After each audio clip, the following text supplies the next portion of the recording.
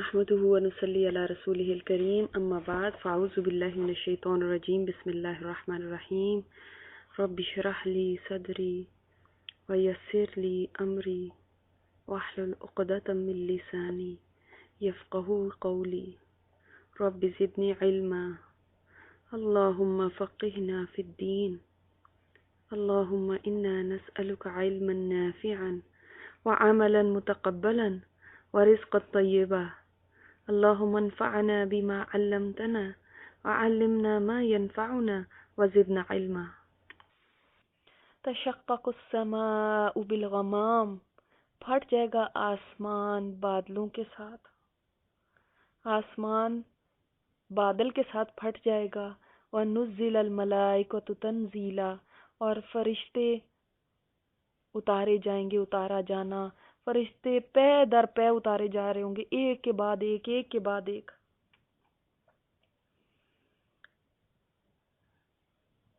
یہ وہ وقت ہوگا، ایک تو ہے نا آسمان اس وقت پھٹے گا جس وقت کے یعنی قیامت کا پہلا سور پھونکا جائے گا، وہ تو سب کو معلوم ہے، سور پھونکا جائے گا اور آسمان پھٹے گا. تو ایک تو وہ وقت ہے، اور ایک وقت اس وقت آسمان پھٹے گا جس وقت کے لوگوں کا فیصلہ ہونا ہے حشر میں. یہ والا وہ پھٹنا نہیں ہے جو پہلے سور کے وقت پھٹنا ہے، بلکہ یہ ہے آسمان کا کھلنا. آسمان کھلے گا اور بادل جو ہے وہ صاحبان کی طرح آسمان سے آئے گا جس میں فرشتے ہوں گے، اور یہ فرشتے اتریں گے. یہ حساب کتاب شروع ہونے کا ٹائم ہے، بالکل جب حشر کے میدان میں لوگ جمع ہیں، قیامت کی ہولناکیاں ہیں. اس وقت پھر ایک نورانی ابر جو ہوگا، بادل جو ہوگا، جس کی روشنی سے آنکھیں چکا چوند ہو جائیں گی، وہ اس میں سے پھر فرشتے اتریں گے اور میدان محشر میں تمام انسانوں کو گھیر لیں گے. ابن عباس فرماتے ہیں کہ اللہ تعالیٰ اپنی تمام مخلوق کو، سب انسانوں کو، جنات کو، سب کو ایک میدان میں جمع کر دے گا. تمام جانور، چوپائے، درندے، پرندے، سب مخلوق وہاں ہوگی. اب آپ کو وہ حدیث یاد ہوگی کہ سارے جمع ہیں، پھر ان کو پریشانی ہے، انتظار ہے کب ہمارا حساب کتاب شروع ہوگا. کتنی پریشانی سخت ہوگی نا. ایک تو پریشانی اپنے اعمال کی سب سے زیادہ ہوگی، حساب کتاب کی ہوگی، کیا کر کے لایا ہوں، کیا آگے مجھے پیش آتا ہے، اس کے مطابق پھر انسان کے پسینے جاری ہوں گے. تو اس وقت انسان کہے گا کہ بس جلدی حساب کتاب شروع ہو. انتظار کی گھڑیاں بھی کتنی مشکل ہوتی ہیں نا. تو ساری مخلوق وہاں جمع ہوگی. پھر آپ صلی اللہ علیہ وسلم کی جو سفارش کے اوپر جب حساب کتاب سٹارٹ ہونے لگے گا تو پہلا آسمان پھٹے گا اور اس کے فرشتے اتریں گے، اور وہ اتریں گے تو ساری مخلوق کو گھیر لیں گے. جتنی مخلوق وہاں پہ ہوگی نا اس کو گھیر لیں گے. آپ سوچے کتنے فرشتے ہوں گے جو اتنی مخلوق کو گھیر لیں. باؤنڈری وال بنانی ہو کسی جگہ کی، بڑی سی جگہ ہو تو ایک مصیبت ہو جاتی ہے، اور یہ پوری مخلوق کھڑی ہوئی ہے، ان کو گھیرنے کے لیے کتنے فرشتے چاہیے نا. تو لوگ پوچھیں گے کیا آپ میں ہمارا رب ہے؟ تو وہ کہیں گے کہ نہیں. پھر دوسرا آسمان پھٹے گا، اس کے فرشتے اتریں گے، اور لوگ پوچھیں گے آپ میں ہمارا رب ہے؟ وہ کہیں گے نہیں. اور یہ زمین اور آسمان اول کی جو پہلے فرشتے اترے تھے ان کی تمام مخلوق کی گنتی سے بھی زیادہ ہوں گے. یہ پھر اس جو پہلا سرکل انہوں نے بنایا اس سے آگے ایک اور سرکل بنا لیں گے، ان کو بھی گھیر لیں گے. پھر تیسرا آسمان پھٹے گا، اس کے فرشتے نازل ہوں گے، اور جو پہلے دونوں آسمانوں کے فرشتے مل کے اور جتنے زمین کی مخلوق تھی ان کو سب کو ملا لیں تو اس سے بھی زیادہ یہ ہوں گے. اب سوچئے اللہ کے فرشتے کتنے ہیں، سب کو یہ گھیر کے کھڑے ہو جائیں گے. ان کا تھرڈ سرکل ہوگا. پھر چوتھا آسمان پھٹے گا، پھر پانچواں، پھر چھٹا، پھر ساتواں پھٹے گا. پھر اور وہ ہر ایک آسمان والوں سے کوسچن کرتے رہیں گے کہ کیا آپ میں ہمارا رب ہے؟ پھر جب ساتواں پھٹے گا تو ہمارا رب عز و جل بادل کے سائے میں تشریف لائے گا. اس کے ارد گرد بزرگ تر پاک فرشتے ہوں گے جو ساتوں آسمانوں اور ساتوں زمینوں کی کل مخلوق سے زیادہ ہوں گے. ان پر سینگوں جیسے نشان ہوں گے. وہ اللہ کے عرش کے نیچے اللہ کی تسبیح بیان کریں گے. ان کے تلوے سے لے کر ٹخنے تک کا فاصلہ 500 سال کا ہوگا، اور ٹخنے سے گھٹنے تک کا بھی اتنا ہی، اور گھٹنے سے ناف تک کا بھی اتنا ہی، اور ناف سے گردن تک کا بھی اتنا ہی، اور گردن سے کان کی لو تک کا اتنا ہی، اور اس کے اوپر سے سر تک کا بھی اتنا ہی فاصلہ ہوگا، 500 سال کی مسافت کا۔ اور یہ جب سوچیں کہ کیا سین ہوگا کہ آسمان پھٹ گیا اور اب فرشتے اترتے جا رہے ہیں، اور جب وہ فرشتے اترے ہیں جنہوں نے اللہ تعالیٰ کا عرش اٹھایا ہوا ہے، تو 4 کی تسبیح ہوگی، سبحانک اللہم و بحمدک لک الحمد علی حلمک بعد علمک، کہ سبحان اللہ، اور سبحان اللہ، اللہ تو پاک ہے، تو قابل تعریف ہے، اس وجہ سے تیری تعریف کس وجہ سے، الحمدللہ علی حلمک بعد علمک، کہ تو اپنے علم کے باوجود کتنا بردبار ہے، کتنا حلیم ہے، لوگوں پر تیرا کتنا صبر ہے کہ تو ان کو نہیں پکڑتا، باوجود اس کے تجھے علم ہے، اب پتہ بھی ہے اس کو کہ یہ لوگ یہاں پہ یہ کام کر رہے ہیں، اس کے باوجود وہ ان کی گرفت نہیں کر رہا۔ دیکھیں آپ، سوچا آپ نے کبھی؟ ایک تو وہ ہے نا جس کو پتہ ہی نہیں ہے، اب مجھے پتہ ہی نہیں آپ کیا کر رہے ہیں تو مجھے کیا پتا کہ اب میں کیا آپ کو پوچھوں۔ ایک وہ ہے جس کو ایک ایک بات کا پتہ ہے پھر بھی وہ پکڑ نہیں رہا، تو اس کا حلم ہے نا۔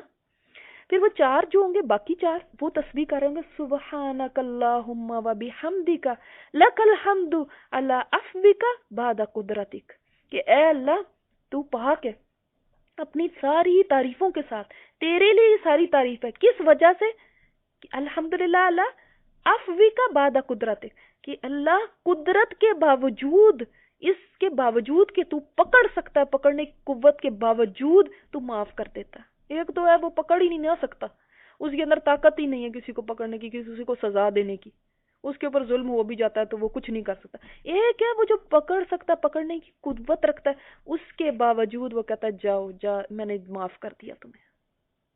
تو تیری اللہ اس لیے تعریف ہے۔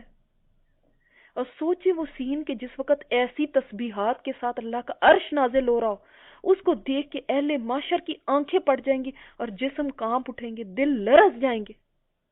عبداللہ بن عمر رضی اللہ تعالیٰ عنہ فرماتے ہیں کہ جس وقت اللہ عز و جل مخلوق کی طرف اترے گا تو درمیان میں 70,000 پردے ہوں گے، لوگ ابھی اللہ کو دیکھ نہیں سکیں گے، اللہ کو دیکھیں گے تو وہ خوش نصیب نا جو جنت میں جائیں گے، لیکن اب اس وقت اللہ تعالیٰ نزول فرمائیں گے تو اس کے آگے 70,000 پردے ہوں گے، بعض نور کے اور بعض ظلمت کے۔ اس ظلمت میں سے ایک ایسی آواز نکلے گی جس سے دل پاش پاش ہو جائیں گے۔ تو الملک یومئذ الحق للرحمن، اس دن بادشاہت صرف رحمان کے لیے ہوگی جو برحق ہے، حق ہے وہ، اس کے لیے صرف بادشاہت ہوگی۔ جیسے فرمانا ہے کہ اس دن کہا جائے گا لمن الملک اليوم، آج ملک کس کے لیے؟ صرف اللہ غالب اور قہار کے لیے۔ صحیح حدیث میں ہے نا کہ اللہ تعالیٰ آسمانوں کو اپنے داہنے ہاتھ سے لپیٹ لے گا اور زمینوں کو بھی اپنے دوسرے ہاتھ میں لے لے گا، پھر فرمائے گا میں مالک ہوں، میں فیصلہ کرنے والا ہوں۔ اب کہاں ہے زمین کے بادشاہ، کہاں ہے وہ متکبرین؟ وہ دن کافروں پر وَكَانَ يَوْمًا عَلَى الْكَافِرِينَ عَسِيرًا، وہ دن کافروں پر بڑا بھاری ہوگا، بڑا مشکل دن ہوگا، بہت سخت ہوگا، بے حد مشکل دن۔ ایک تو دن اتنا لمبا، اس کی لمبائی انسان کو پریشان کر دے گی، کیونکہ 50,000 سال کا دن تو بہت لمبا ہوتا ہے نا۔ اوپر سے اس کی بھوک، اوپر سے پیاس، اوپر سے انتظار ہی انتظار ہے، اوپر سے لوگ ایک دوسرے کے ساتھ کریمپڈ اپ ہوئے ہیں، چپکے ہوئے ہیں ساتھ ساتھ۔ آپ تو یہاں پہ تھوڑا سا رش ہوتا ہے آپ گھبرا جاتے ہیں کہ ہائے رش کے اندر ہمیں سانس نہیں آتا، اور رش کے اندر ہمیں یہ ہو جاتا ہے اور ہم حج پہ نہیں جا سکتے کیونکہ وہاں پہ رش ہوتا ہے۔ سوچیں جس میں ساری مخلوق کھڑی ہوگی اور صرف 2 پاؤں رکھنے کی جگہ ہو، صرف 2 پاؤں، بیٹھنے کی بھی نہیں جگہ ہوگی کہ آپ چلو انتظار میں لوگ زیادہ تر یہی کرتے ہیں نا، نہیں تو اور کچھ نہیں ہوتا، زمین پہ ہی بیٹھ جاتے ہیں کہ کوئی اور نہیں بھی جگہ ملی، کوئی کرسی نہیں بھی ملی، کہتے زمین پہ ہی بیٹھ جاؤ، کیا کریں کھڑے کھڑے ٹانگیں تھک گئی۔ تو وہ کتنا لمبا دن اس میں کھڑے رہنا ہے،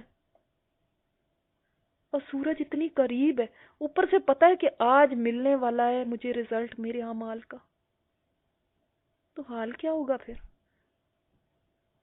عسیر تو ہوگا کافروں کے لیے، ان کے لیے کیسا ہوگا آپ بتائیں جو کچھ کر کے ہی نہیں لے کر آئے، جن کے پاس کچھ ہے ہی نہیں، خالی ہاتھ ہی چلے آئے ہیں، اب جا کے ہوش آیا کہ کچھ کر کے لانا چاہیے تھا. ان کے لیے کیسا ہوگا آپ بتائیے؟ جن کو اب ہوش آیا کہ آئے زندگی تو ہم نے ساری ایسے ہی گنوا دی، اللہ اس میں تو ہمیں اس کی تیاری کرنی تھی، ہم کدھر بھولے رہے. ان کے لیے کیسا ہوگا یہ بتائیں؟ ان کے لیے کیسا ہوگا جنہوں نے کبھی سمجھا ہی نہیں، سوچا ہی نہیں کہ ہمیں اللہ کی طرف آنا ہے، ہمیں اس دن کی تیاریاں کرنی ہے، ہمیں جنت کے لیے عمل کرنا ہے، ہمیں جہنم سے بچنے کے لیے کچھ کام کرنے ہیں. ان کے لیے کیسا ہوگا؟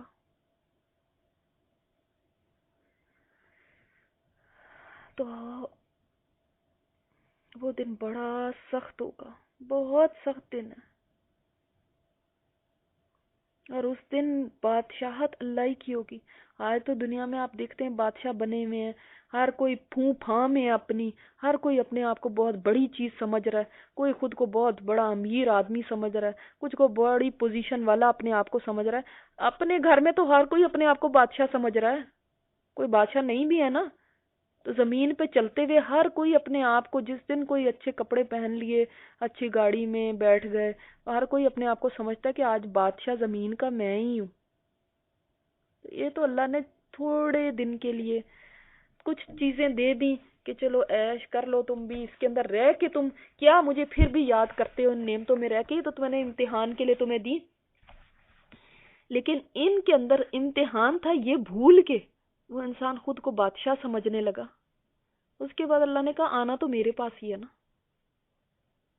یہ بھول کے جس انسان نے زندگی گزاری، دیکھیں آپ خود سوچیں نا، موت کی سختیوں اور برے خاتمے کے بارے میں ہمیں فکر کرنی چاہیے، قبر کے بارے میں بھی فکر کرنی چاہیے، عذاب قبر سے بھی ہمیں پناہ مانگنی چاہیے. لیکن سب سے زیادہ خطرناک اور مشکل مرحلہ وہ ہے جو سور پھونکے جانے کا ہے، جب قبر سے اٹھ کے انسان اللہ کے سامنے کھڑا ہوگا اور اپنی زندگی کے ہر چھوٹے بڑے عمل کا حساب دینا ہے اس کو.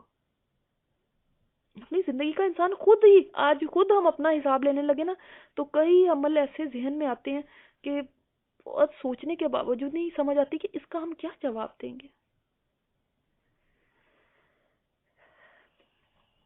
پھر پل صراط ہو گیا، پھر اعمال کا جو وزن کرنا ہے وہ ہو گیا، پھر وہ جو انتظار کے دوران جو حالات پیش آنے والے ہیں،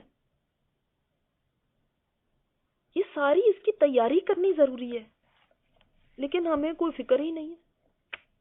ہم گرمیوں اور سردیوں کی موسم کی تو فکر کرتے ہیں، اب سردیاں شروع ہونے والی ہیں، اس سے پہلے کوٹ بھی خرید کے رکھیں گے، اس سے پہلے سویٹر وغیرہ نکال لیں گے، گرم کپڑے نکال لیں گے کہ سردی سے بچنا ہے. گرمیاں شروع ہونے لگتی ہیں تو گرمی سے بچنے کے لیے گرمی کے کپڑے نکال لیں گے. ہم قیامت سے زیادہ تو موسموں کی فکر رکھتے ہیں. یہ دنیا میں پتہ نہیں وہ موسم آنا بھی ہے ہمارے اوپر یا نہیں، لیکن آپ دیکھیں قیامت کی تیاری سے زیادہ تو ہماری تیاری دنیا کے موسموں کی ہو جاتی ہے. قیامت کی تو اتنی بھی تیاری نہیں کرتے جتنی کہ دنیا میں موسموں سے بچنے کی کرتے ہیں. تو وہ دن جب قبروں سے اٹھایا جائے گا اور سور کی آواز سے انسان سہمے ہوئے ہوں گے، ادھر ادھر دیکھ رہے ہوں گے. اللہ تعالیٰ نے فرمایا کہ وہ دن کیسا ہوگا، سورہ یاسین میں جب اللہ تعالیٰ فرماتے ہیں کہ جب سور پھونکا جائے گا تو یکا یک اپنی قبروں سے نکلیں گے اور کیا کہیں گے، رب کی طرف دوڑنے لگیں گے اور کہیں گے یا ویلنا من بعثنا من مرقدنا، ہائے ہماری بربادی، کس نے ہمیں قبروں سے اٹھا دیا. یہی تو ہے جو رحمان نے وعدہ کیا تھا اور رسولوں نے سچ کہا تھا. آج نہیں نا یقین آ رہا، اس دن یقین آ جائے گا. وہ تو بس ایک ہولناک چیخ ہوگی، پھر اچانک وہ سب ہمارے سامنے حاضر کر دیے جائیں گے. چنانچہ آج کسی شخص پر کوئی ظلم نہیں ہوگا. فکر نہ کریں، ظلم نہیں ہونے لگا. جو آپ نے کام نہیں کیا اس کو آپ کے سر پہ نہیں تھوپا جائے گا، جو کیا ہے بس اسی کا جواب دینا ہوگا. مسئلہ یہی تو ہے کہ جو ہم نے کیا ہے وہی تو صحیح نہیں ہے، اور تمہیں صرف اسی کا بدلہ دیا جائے گا جو تم عمل کرتے تھے.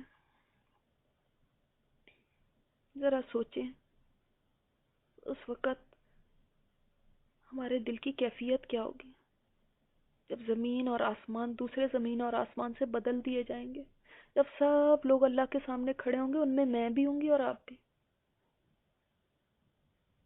جب روشنی ختم ہو جائے گی، جب اندھیرا چھا جائے گا، جب لوگ ننگے پاؤں ہوں گے، ننگے جسم ہوں گے، دو قدم رکھنے کی صرف جگہ ہوگی، دوسروں میں گڈمڈ ہوتے جائیں گے. بھیڑ لگی ہوگی، ایک رش لگا ہوگا، نگاہیں اٹھی ہوں گی اور دل ٹوٹے ہوئے ہوں گے. ذرا سوچیں اس دن کی لمبائی، سوچیں اس دن کی ہولناکی، سوچیں. اور اللہ کے سامنے کھڑے ہونے کی جو رسوائی ہے، جو ذلت ہے، اس دن فیصلے کا شدت سے انتظار کرنے والوں کی حالت پہ غور کریں. تو اس دن کی تیاری کرنی چاہیے یا نہیں؟ پھر جس کے بارے میں ہم پڑھ چکے ہیں کہ اللہ تعالیٰ نے فرمایا نا کہ یا ایھا الناس، اے لوگو، جس دن تم اس زلزلے کو دیکھو گے تو کیا حال ہوگا؟ ہر دودھ پلانے والی اپنے دودھ پیتے بچے سے غافل ہو جائے گی، اور ہر حمل والی اپنا حمل ڈال دے گی، گر جائے گا اس کا حمل. اور لوگ ایسے ہوں گے جیسے نشے میں، حالانکہ وہ نشے میں نہیں ہوں گے. اللہ کا عذاب بھی بڑا شدید ہوگا. تو جو اس دن سے بھولا ہوا ہے، اس دن کو یاد نہیں رکھے ہوئے، کتنا بڑا سرپرائز ہوگا اس کے لیے. جہاں پہ کوئی ٹرانسلیٹر نہیں ہوگا، کوئی وکیل نہیں ہوگا، پھر بھی دنیا کے زندگی کے ہر چھوٹے بڑے عمل کے اوپر آج کی عدالت میں فیصلہ سنایا جائے گا. کوئی وکیل بھی نہیں ہے. یہاں پہ تو چھوٹا سا مقدمہ ہو تو وکیل کر لیتے ہیں، وہاں پہ کہاں سے وکیل کرو گے؟ تب انسان کی عقل مبہوت رہ جائے گی، اس کے سارے اعضاء پہ لرزہ طاری ہو جائے گا. اور اللہ تعالیٰ نے فرما دیا ہے، سورہ ہجر میں اللہ تعالیٰ فرماتے ہیں، آپ کے رب کی قسم، ہم ان سے ضرور باز پرس کریں گے، ضرور سوال ہوگا ان سے ان کاموں کا جو وہ کرتے رہے ہیں. ان السمع والبصر والفؤاد کل اولئک کان عنہ مسئولا. سماعت، بصارت، دل، ہر ایک سے ضرور سوال ہوگا. تو صحیح جواب تیار کر کے رکھیں. اعمال تلنے والے ہیں. پھر جس کے دائیں ہاتھ میں آ گیا نامہ اعمال، اللہ تعالیٰ نے فرمایا تو جلد ہی اسے آسان حساب لیا جائے گا. وہ اپنے گھر والوں کی طرف ہنسی خوشی لوٹے گا. وہ پھر کیلولہ کرنے کے لیے جنت میں اپنے گھر میں پہنچ جائے گا. گھر کا لفظ آتے ہی کتنی ایک اپنائیت فیل ہوتی ہے نا. گھر پہنچ جائے گا. اتنا لمبا سفر زندگی میں ڈر ڈر کے گزاری، ساری زندگی رب کو راضی کرنے کی فکر میں رہا. وہ ساری زندگی کیا سوچتا رہا؟ کہ رب کے سامنے مجھے کھڑے ہونا ہے. اللہ تعالیٰ نے سورہ فجر میں اس چیز کو بیان فرمایا نا بہت ہی خوبصورتی سے. اللہ تعالیٰ فرماتے ہیں کَلَّا اِذَا دُکَّتِ الْأَرْضُ دَکًّا دَکًّا، جس دن زمین کوٹ کے برابر کر دی جائے گی. وَجَاءَ رَبُّكَ وَالْمَلَكُ صَفًّا صَفًّا، اور تیرا رب خود آ جائے گا اور فرشتے صفیں باندھ کر آ جائیں گے، اترتے جائیں گے. فرشتے اتر رہے آسمان سے. وَجِیءَ یَوْمَئِذٍ بِجَہَنَّمَ، ساری عدالت تیار ہو رہی ہے نا. فرشتے بھی اتر گئے، رب کا عرش بھی آ گیا، جہنم ایک طرف سے لائی جائے گی. تو یہ آ گئی نا جہنم، تو یومئذ یتذکر الانسان وانیٰ لہ الذکریٰ، اس دن انسان کو سمجھ آئے گی. مگر آج سمجھ آنے کا کیا فائدہ؟ کیا فائدہ؟ جو جواب امتحان دینے کے بعد یاد آئے اس کا کیا فائدہ رہ جاتا ہے بتائیں؟ یقول، وہ کیا کہے گا اس دن کا، اس کی جو بات ہے نا، اس کو کوٹ کیا اللہ تعالیٰ نے یہاں پہ کہ اس کی بات، اس کے منہ سے کیا نکلے گا.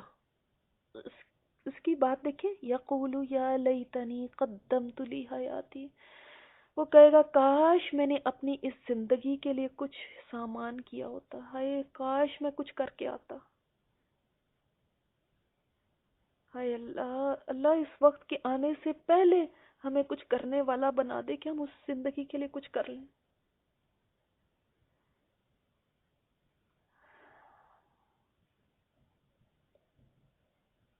فَيَوْمَئِذٍ لَا يُعَذِّبُ عَذَابَهُ أَحَدٌ، تو اس دن اللہ کے عذاب جیسا عذاب دینے والا کوئی نہ ہوگا.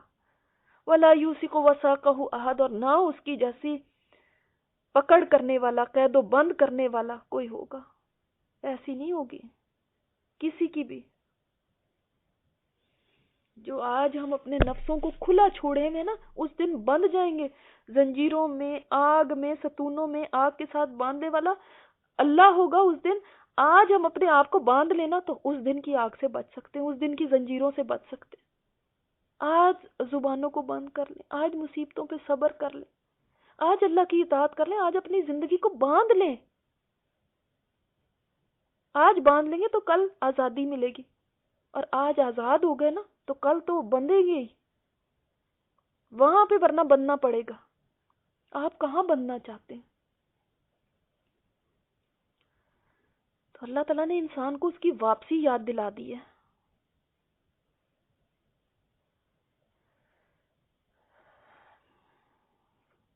دیکھیں، جس کو یہاں کی امید اور یہاں کے لیے جو کام کرنا چاہے نا، اگر آپ کو پتا ہو کہ پورا سال کام کروں گی تو اس کے بعد یہ لوگ مجھے جاب والے اتنی خوبصورت جگہ پہ ویکیشن پہ بھیجیں گے، تو آپ کے لیے پورے سال کا کام کرنا بھی آسان ہو جاتا ہے اس کی خاطر کہ میں نے ویکیشن پہ جانا ہے. اور یہ تو ویکیشن نہیں ہے، یہ تو مستقل جگہ ہے. پھر کام کرنا کیوں اتنا مشکل لگتا ہے ہمیں؟ اور سبحان اللہ، جس نے اپنے آپ کو باندھ کے رکھا نا، تو حدیث میں آتا ہے کہ دنیا کی سب سے خوبصورت چیز بندہ مومن کی موت ہے. کس طرح؟ اس لیے کہ ساری زندگی اس نے دو ہی چیزوں کی تو تمنا کی تھی، جنت کی اور رب کے دیدار کی. وہ بیچارہ ساری زندگی اسی محنت میں لگا رہا، اور یہ دونوں چیزیں موت کے بغیر نہیں مل سکتی. زندگی میں مارا مارا پھرتا رہا. اس کی محنت کیا تھی؟ وہ کیوں اپنے آپ کو باندھ کے رکھتا تھا؟ اللہ، وہ دن آئے کہ میں تجھے دیکھ سکوں اور تیری جنت مجھے مل جائے. اللہ، تو مجھ سے راضی ہو جائے. تو اب پھر موت کا وقت آئے گا نا، تو پھر اس کو یہ کہا جائے گا، یا ایتھا النفس المطمئنہ، اے نفس مطمئن، اے اطمینان والی روح، تو ساری زندگی تو نے اس کے لیے محنت کی تھی نا، ارجعی الی ربک، تو اپنے رب کی رضا چاہتا تھا نا، چل اب اپنے رب کی طرف. راضیۃ مرضیہ، تو اس سے راضی، وہ تجھ سے راضی ہے. آج وہ تجھ سے راضی ہو گیا کیونکہ تو اس کی رضا چاہتا رہا نا، وہ تجھ سے راضی ہو گیا، تجھے مل گئی رب کی رضا. فادخلی فی عبادی، چل میرے بندوں میں، میرے خاص بندوں میں تو شامل ہو جا. فادخلی جنتی، اور میری جنت میں چلا جا. اللہ ہمیں نفس مطمئنہ بنا دے. ہم بس تیری رضا میں راضی ہوئے، جس پہ تو راضی اس پہ ہم راضی. جس میں تیری رضا نہ ہو اللہ، ہم بھی اس پہ ناراضی ہوں. ہم بھی ان چیزوں پہ کمپرومائز نہ کریں جن میں تیری ناراضگی. سبحانک اللہم و بحمدک، نشہد ان لا الہ الا انت، نستغفرک و نتوب الیک.